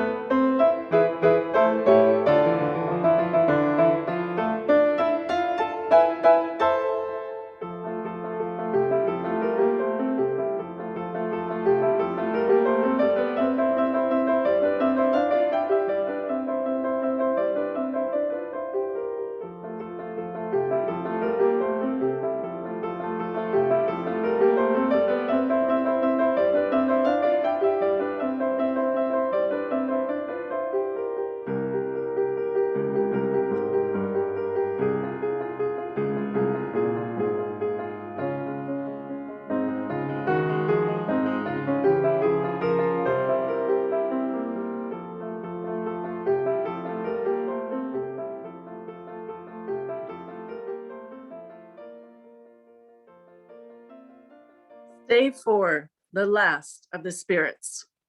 the phantom slowly, gravely, silently approached. when it came near him. Scrooge bent down upon his knee. For in the air through which this spirit moved, it seemed to scatter gloom and mystery. It was shrouded in a deep black garment which concealed its head. Its face, Its form, and left nothing visible of it save one outstretched hand. He felt that it was tall and stately when it came beside him. and that its mysterious presence filled him with a solemn dread. He knew no more, for the spirit neither spoke nor moved. I am in the presence of the ghost of Christmas yet to come. Said Scrooge. The spirit answered not, but pointed downward with its hand. You are about to show me shadows of the things that have not happened, but will happen in the time before us. Scrooge pursued. Is that so, Spirit? The upper portion of the garment was contracted for an instant in its folds. as if the spirit had inclined its head. That was the only answer he received. Scrooge feared the silent shape so much that his leg trembled beneath him. And he found that he could hardly stand when he prepared to follow it. It thrilled him with a vague, uncertain horror to know that Behind the dusky shroud, there were ghostly eyes intently fixed upon him. Ghost of the future, He exclaimed. I fear you more than any specter I have seen. But as I know your purpose is to do me good, and as I hope to live to be another man from what I was, I am prepared to bear you company and do it with a thankful heart. Will you not speak to me? It gave him no reply. the hand was pointed straight before them. Lead on. Said Scrooge. The night is waning fast, and it is precious time to me, I know. Lead on, spirit. The phantom moved away as it had come towards him. Scrooge followed in the shadow of its dress, which bore him up, he thought, and carried him along. They scarcely seemed to enter the city. For the city rather seemed to spring up about them, But they were in the heart of it, on change, Among the merchants, who hurried up and down and chinked the money in their pockets, and conversed in groups, and looked at their watches. and trifled thoughtfully with their great gold seals. The spirit stopped beside one little knot of businessmen. Observing that the hand was pointed to them, Scrooge advanced to listen to their talk. Oh no! Said a great fat man with a monstrous chin. I don't know much about it either way. I only know he's dead. When did he die? Well, last Inquired night, another. I believe, last night. Why, what was the matter with him? I thought he'd never die. Oh, God knows. Said the first with a yawn. What has he done with his money? Asked a red-faced gentleman with a pendulous excrescence on the end of his nose that shook like the gills of a turkey cock. Ha, I haven't heard. Said the man with the large chin. Company, perhaps. He hasn't left it to me. That's all I know. The pleasantry was received with a general laugh. It's likely to be a very cheap funeral. Said the same speaker. Yeah, and for upon my life, I don't know of anybody to go to it. Suppose we make up a party and volunteer. I don't mind going if a lunch is provided, but I must be fed if I make one. Another laugh. Goodbye. Scrooge was at first inclined to be surprised that the spirit should attach importance to conversations so apparently trivial. But feeling assured that it must have some hidden purpose, he set himself to consider what it was likely to be. It could scarcely be supposed to have any bearing on the death of Jacob, his old partner. For that was past, and this ghost province was the future. He looked about in that very place for his own image. But another man stood in his accustomed place. And though the clock pointed to his usual time of day for being there, he saw no likeness of himself among the multitudes that poured in through the porch. It gave him little surprise, however, for he had been revolving in his mind to change, make a change, and he thought and hoped he saw his newborn resolutions carried out in this. Quiet and dark, beside him stood the phantom. He fancied that the unseen eyes were looking at him keenly. It made him shudder and feel very cold. They left this busy scene and went into an obscure part of town. To a low-browed, beetling shop where iron Old rags, Bottles, bones. and greasy offal were bought. secrets that few would like to scrutinize were bred and hidden in mountains of unseemly rags. Masses of corrupted fat. And sepulchres of bones. A gray-haired rascal of great age sat smoking his pipe. Scrooge and the phantom came into the presence of this man just as a woman with a heavy bundle slunk into the shop. But she had scarcely entered when another woman, similarly laden, came in too. And she was closely followed by a man in faded black. who was no less startled by the sight of them than they had been upon the recognition of each other. After a short period of blank astonishment, In which the old man with the pipe had joined them. They all three burst into a laugh, let the charwoman alone to be the first, cried she who entered first. and let the laundress alone to be the second, and let the undertaker's man alone to be the third. And look here, old Joe, here's a chance. If we haven't all three met here without meaning it. You couldn't have met in a better place. Said old Joe, removing his pipe from his mouth. You were made free of it long ago, you know, and you t'other two ain't strangers. What have you got to sell? What have you got to sell? The old man raked the fire together with an old stair rod, and having trimmed his smoky lamp For it was night. with the stem of his pipe and put it in his mouth again. Half a minute's patience, Joe, and you shall see. Oh, what odds then? What odds, Mrs. Dilber? Said the woman. Every person has a right to take care of themselves. He always did. Well, that's true indeed. Said the laundress. No man more so. Yeah, why then, don't stand staring as if you was afraid. Woman, who's the wiser? We're not going to pick holes in each other's coats, I suppose. Oh, we should hope not. Oh, very well then. Cried the woman. Oh, who's the worse for the loss of a few things like these? Not a dead man, I suppose? Mrs. Dilber, whose manner was remarkable for general propitiation, said, No, indeed, ma'am. If he wanted to keep him after he was dead, a wicked old screw. pursued the woman. Why wasn't he be natural in his lifetime? If he had been, he'd have had somebody to look after him when he was struck with the death, instead of lying gasping out his last there alone by himself. It's the truest word that was ever spoke. Said Mrs. Dilber. It's a judgment on him. Oh, I wish it was a little heavier judgment. Replied the woman. And it should have been. You may depend upon it. If I could have laid my hands on anything else, open that bundle, old Joe, and let me know the value of it. Speak out plain. I'm not afraid to be the first, nor afraid for them to see it. But the gallantry of her friends would not allow of this. And the man in faded black, mounting the breach first, produced his plunder. They were severally examined and appraised by old Joe, who chalked the sums he was disposed to give for each upon the wall. That's your account. Said Joe. And I wouldn't give another sixpence if I was to be boiled for not doing it. Who's next? Mrs. Dilber was next. Sheets and towels. a little wearing apparel, 2 old-fashioned silver teaspoons, a pair of sugar tongs. and a few boots. Her account was stated on the wall in the same manner. I always give too much to the ladies. It's a weakness of mine, and that's the way I ruin myself. Said old Joe. That's your account. If you asked me for another penny and made it an open question, I'd repent of being so liberal and knock off half a crown. And now undo my bundle, Joe. Said the first woman. Joe went down on his knees for a greater convenience of opening the bundle and dragged out a large and heavy roll of some dark stuff.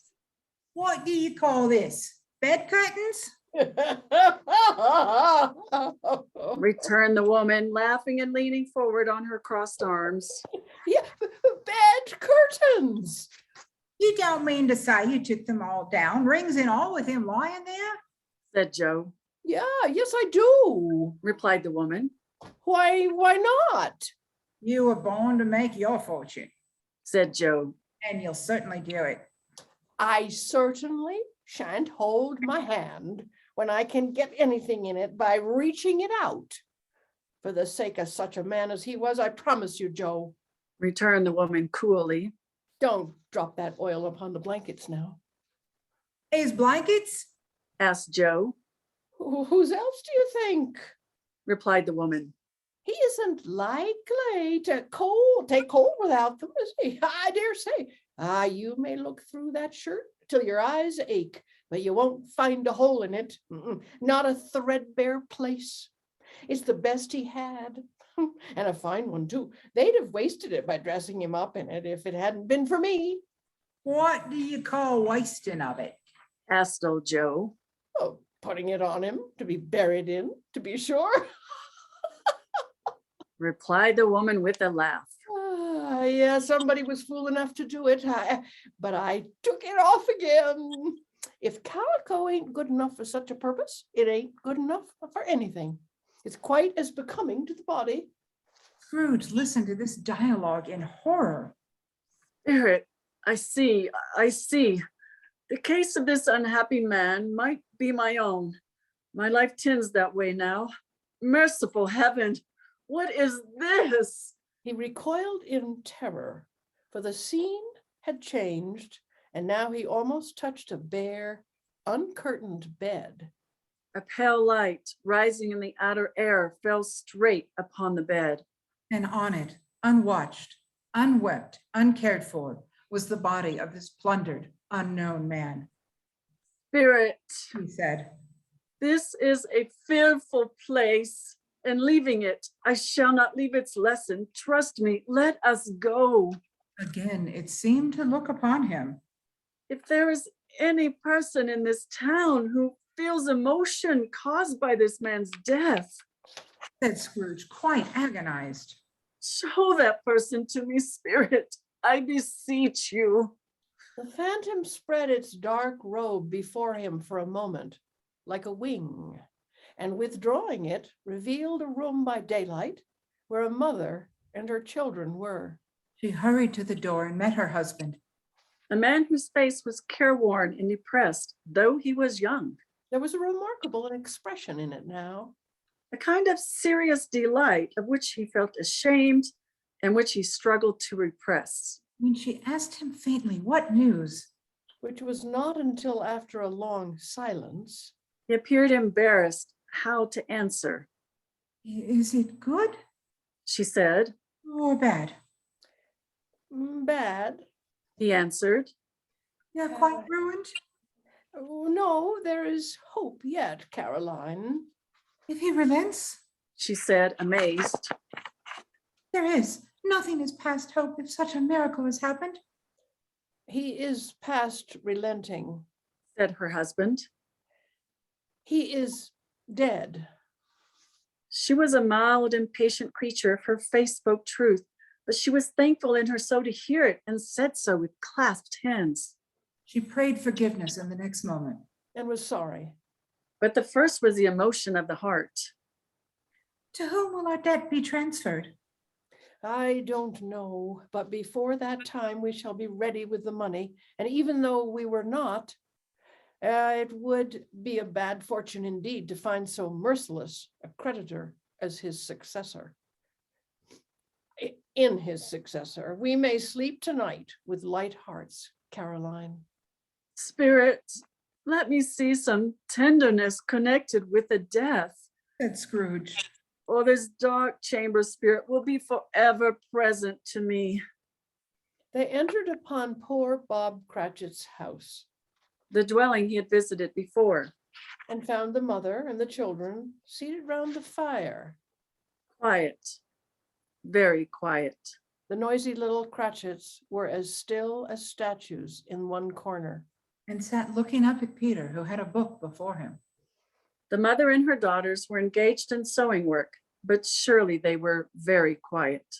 And he took a child and set him in the midst of them. Where had Scrooge heard these words? He had not dreamed them.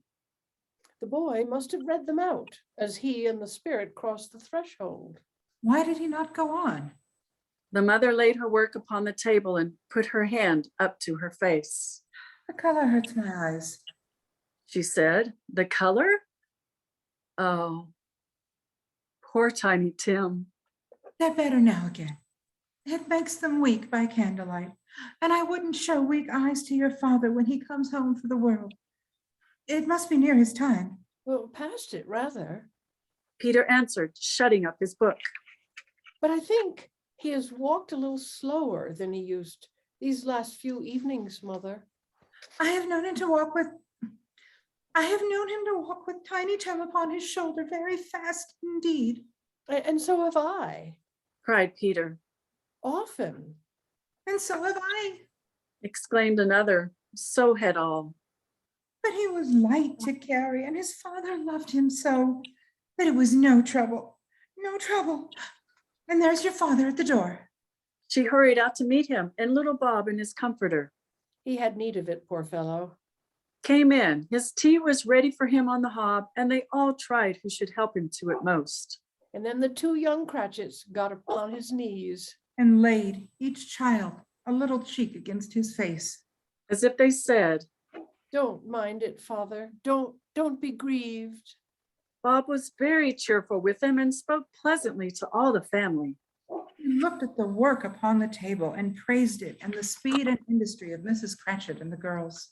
They would be done long before Sunday, he said. Sunday? You went today then, Robert? Oh, yes, my dear. Returned Bob. I wish you could have gone. It would have done you good to see how green a place it is. But you'll see it often. I promised him that I would walk there on a Sunday. My little child, my little child. He broke down all at once. He couldn't help it. If he could have helped it, he and his child would have been further apart, perhaps, than they were, But, said Bob. however, and whenever we part from one another, I am sure we shall none of us forget poor Tiny Tim, shall we? Or this first parting that there was among us. Never, father. They all cried, And I know, said Bob. I know, my dears, that when we recollect how patient and how mild he was, although he was a little child, we shall not quarrel easily among ourselves and forget poor Tiny Tim in doing it. No, never, father. They all Oh. cried again, I'm very happy. said little Bob. I am very happy. Spectre, Said Scrooge.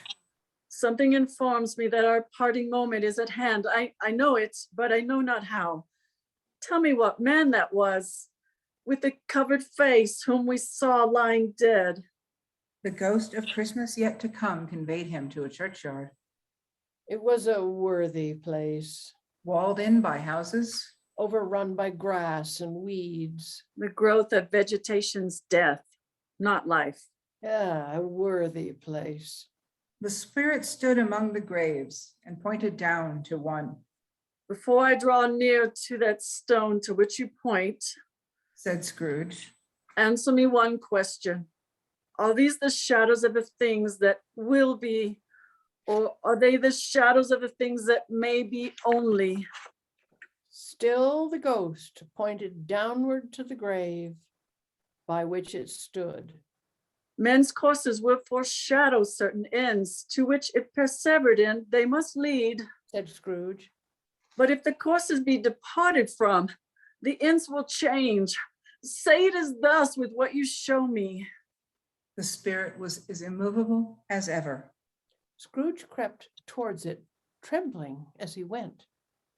And following the finger, read upon the stone of the neglected grave, His own name, Ebenezer Scrooge. Am I that man who lay upon the bed? he cried upon his knees. The finger pointed from the grave to him and back again. No, spirit. No, no, His finger was still there. spirit. He cried, tight clutching at its robe. Hear me. I am not the man I was. I will not be the man I must have been but for this intercourse. Why show me this if I am all past hope?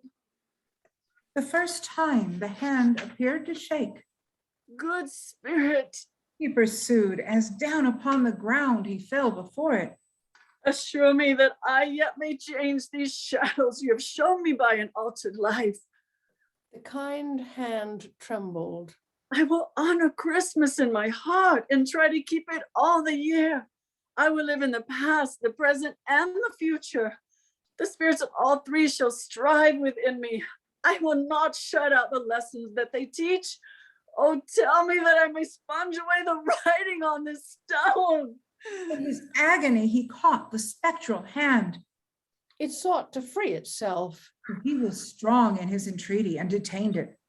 The spirit, stronger yet, repulsed him. Holding up his hands in one last prayer to have his face reversed, he saw an alteration in the phantom's hood and dress, It shrunk.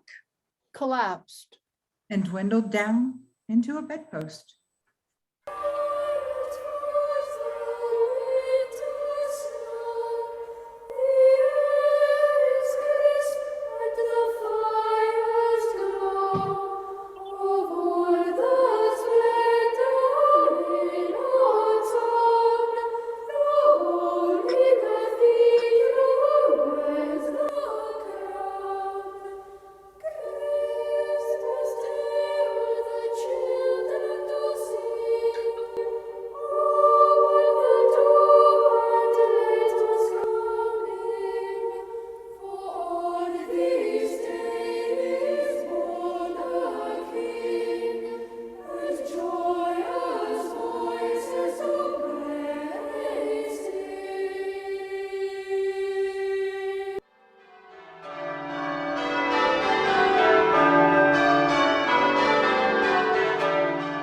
Day 5, the end of it. Yes, and the bedpost was his own. The bed was his own, The room was his own. best and happiest of all. The time before him was his own to make amends in. I will live in the past, the present, and the future. Scrooge repeated as he scrambled out of bed. The spirit of all three shall strive within me. Oh, Jacob Marley, heaven and the Christmas time be praised for this. I say it on my knees, oh Jacob, on my knees. He was so fluttered and so glowing with his good intentions that his broken voice could scarcely answer to his call, He had been sobbing violently in his conflict with the spirit. and his face was wet with tears. They are not torn down. Cried Scrooge. Folding one of his bed curtains in his arms. They are not torn down, rings and all. They are here. I am here. The shadows of the things that would have been may be dispelled. They will be. I know they will. His hands were busy with his garments all this time, turning them inside out, Putting them on upside down, tearing them, dislaying them. making them parties to every kind of extravagance. I don't know what to do. Cried Scrooge, laughing and crying in the same breath. And making a perfect Laocoon of himself with his stockings. I'm as light as a feather. I'm as happy as an angel. I'm as merry as a schoolboy. I'm as giddy as a drunken man. A Merry Christmas to everybody. A Happy New Year to all the world. Hello there. Whoop, hello. He frisked into the sitting room and was now standing there perfectly winded. Yes, there's the door by which the ghost of Jacob Marley entered. There's the corner where the ghost of Christmas presents sat. That's the window where I saw the wandering spirits. It's all right. It's all true. It happened. Really, for a man who had been out of practice for so many years, it was a splendid laugh, a most illustrious laugh. The father of a long, long line of brilliant laughs, I don't know what day of the month it is. said Scrooge. I don't know how long I've been among the spirits. I don't know anything. I'm quite a baby. Never mind, I don't care. I'd rather be a baby. Hello, whoop, hello there. He was checked in his transports by the churches ringing out the lustiest peals he had ever heard. Running to the window, he opened it and put his head out. No fog, no mist, no night. Clear, bright, stirring, golden day. What's today? Cried Scrooge, calling downward to a boy in Sunday clothes. Who had perhaps loitered in to look about him. Eh? Returned the boy with all his might of wonder. What's today, my fine fellow? To die? Replied the boy. Why, it's Christmas Day. It's Christmas Day. Said Scrooge to himself. I haven't missed it. The spirits have done it all in one night. They can do anything they like. Of course they can. Of course they can. Hello, my fine fellow. Hello? returned the boy. Do you know the poulterers in the next street? But one at the corner. Scrooge inquired. I should hope I did. An intelligent boy, Said Scrooge. a remarkable boy. Do you know whether they've sold the prize turkey that was hanging up there? Not the little prize turkey, the big one. What, the one as big as mine? Returned the boy. What a delightful boy. Said Scrooge. It's a pleasure to talk to him. Yes, my buck. It's hanging there now. Replied the boy. Is it? Said Scrooge. Go and buy it. Walker. Exclaimed the boy. No, Said Scrooge. I am in earnest. Go and buy it and tell him to bring it here, that I may give him the direction where to take it. Come back with the man and I'll give you a shilling. Come back with him in less than 5 minutes and I'll give you half a crown. The boy was off like a shot. I'll send it to Bob Cratchit's. Whispered Scrooge, rubbing his hands and splitting with a laugh. He shan't know who sends it. It's twice the size of Tiny Tim. The hand in which he wrote the address was not a steady one. But write it he did somehow, and went downstairs to open the street door, ready for the coming of the poulterer's man. As he stood there, waiting his arrival, the knocker caught his eye. I shall love it as long as I live. Cried Scrooge, patting it with its hand. I scarcely ever looked at it before. What an honest expression it has in its face. It's a wonderful knocker. Oh, here's the turkey. Hello. Whoop. How are you? Merry Christmas. It was a turkey. He never could have stood upon his legs, that bird. He would have snapped them short off in a minute, like sticks of sealing wax. Why, it's impossible to carry that to Camden Town. Said Scrooge. You must have a cab. The chuckle with which he said this, And the chuckle with which he paid for the turkey. And the chuckle with which he paid for the cab. And the chuckle with which he recompensed the boy. were only to be exceeded by the chuckle with which he sat down breathless in his chair again. And chuckled till he cried. Shaving was not an easy task, for his hand continued to shake very much. And shaving requires attention even when you don't dance while you were at it. But if he'd cut the end of his nose off, he would have put a piece of sticking plaster over it and been quite satisfied. He dressed himself all in his best and at last got out on the streets. The people by this time were pouring forth as he had seen them with the ghost of Christmas present. And walking with his hands behind him, Scrooge regarded everyone with a delightful smile. He looked so irresistibly pleasant, in a word, that 3 or 4 good-humored fellows said, Good morning, sir. A Merry Christmas to you. And Scrooge said often afterwards that of all the blithe sounds he had ever heard, these were the blithest in his ears. He had not gone far when, coming on towards him, he beheld the portly gentleman who had walked into his counting house the day before and said, Scrooge and Marley's, I believe. it sent a pang across his heart. My dear sir, Said Scrooge, quickening his pace and taking the old gentleman by both his hands. how do you do? I hope you succeeded yesterday. It was very kind of you. A Merry Christmas to you, sir. Mr. Scrooge? Yes, Said Scrooge. that is my name, and I fear it may not be pleasant to you. Allow me to ask your pardon, and will you have the goodness? Well, here Scrooge whispered in his ear, Lord, bless me. cried the gentleman, as if his breath were taken away. My dear Mr. Scrooge, are you serious? If you please, Said Scrooge. not a farthing less. A great many back payments are included in it, I assure you. Will you come and see me? I will. And cried the old gentleman, and it was clear he meant to do it. Thank you. Said Scrooge. I am much obliged to you. I thank you 50 times. Bless you.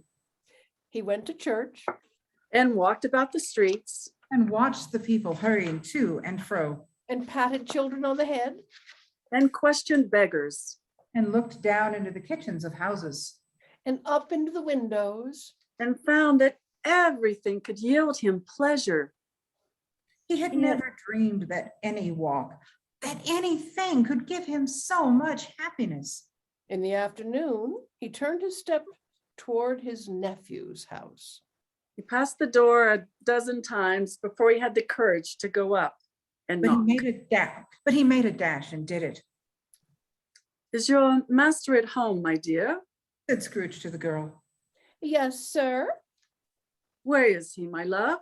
He's in the dining room, sir, with his mistress. He knows me. Said Scrooge with his hand already on the dining room lock. I'll go in here, my dear. He turned it gently, Fred, said Scrooge. Why, bless my soul. Cried Fred. Who's that?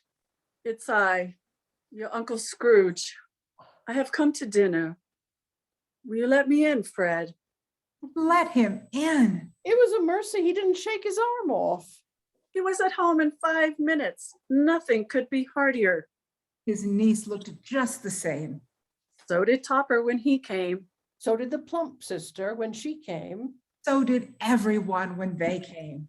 Wonderful party. Wonderful games. Wonderful unanimity. Wonderful happiness.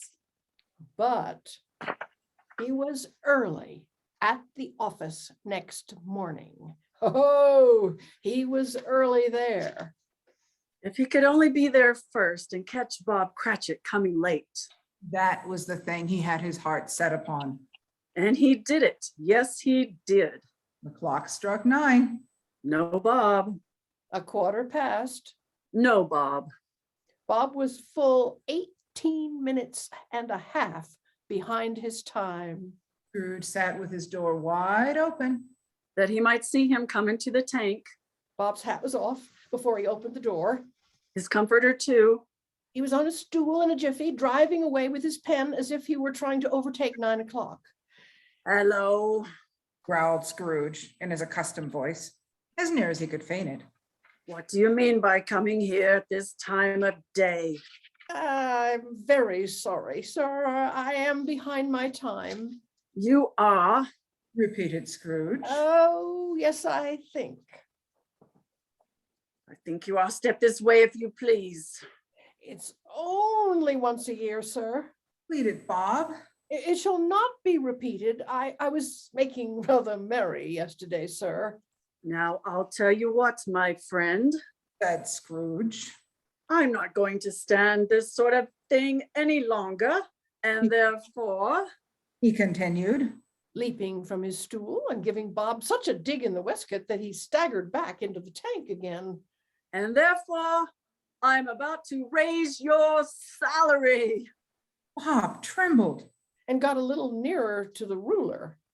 He had a momentary idea of knocking Scrooge down with it. Holding him. And calling to the people in the court for help with a straight waistcoat. A Merry Christmas, Bob. Said Scrooge. With an earnestness that could not be mistaken. And he clapped him on the back. A merrier Christmas, Bob, my good fellow, than I have given you for many a year. I'll raise your salary and endeavor to assist your struggling family, and we will discuss your affairs this very afternoon over a Christmas bowl of a smoking bishop. Bob, make up the fires, buy a second coal scuttle before you dot another I, Bob Cratchit. Scrooge was better than his word. He did it all and infinitely more. And to Tiny Tim, Who did not die, he was a second father He became as good a friend. as good a master and as good a man. as the good old city knew. Or any other good old city Town. or borough. In the good old world. Some people laughed to see the alteration in him, But he let them laugh. and little heeded them. for he was wise enough to know that. Nothing ever happened on this globe for good. At which some people did not have their fill of laughter in the outset. His own heart laughed, and that was quite enough for him. He had no further intercourse with spirits, But lived in that respect upon the total abstinence principle ever afterwards. And it was always said of him that he knew how to keep Christmas well, if any man alive possessed the knowledge. May that be truly said of us and all of us. And so, As Tiny Tim observed, God bless us, every one.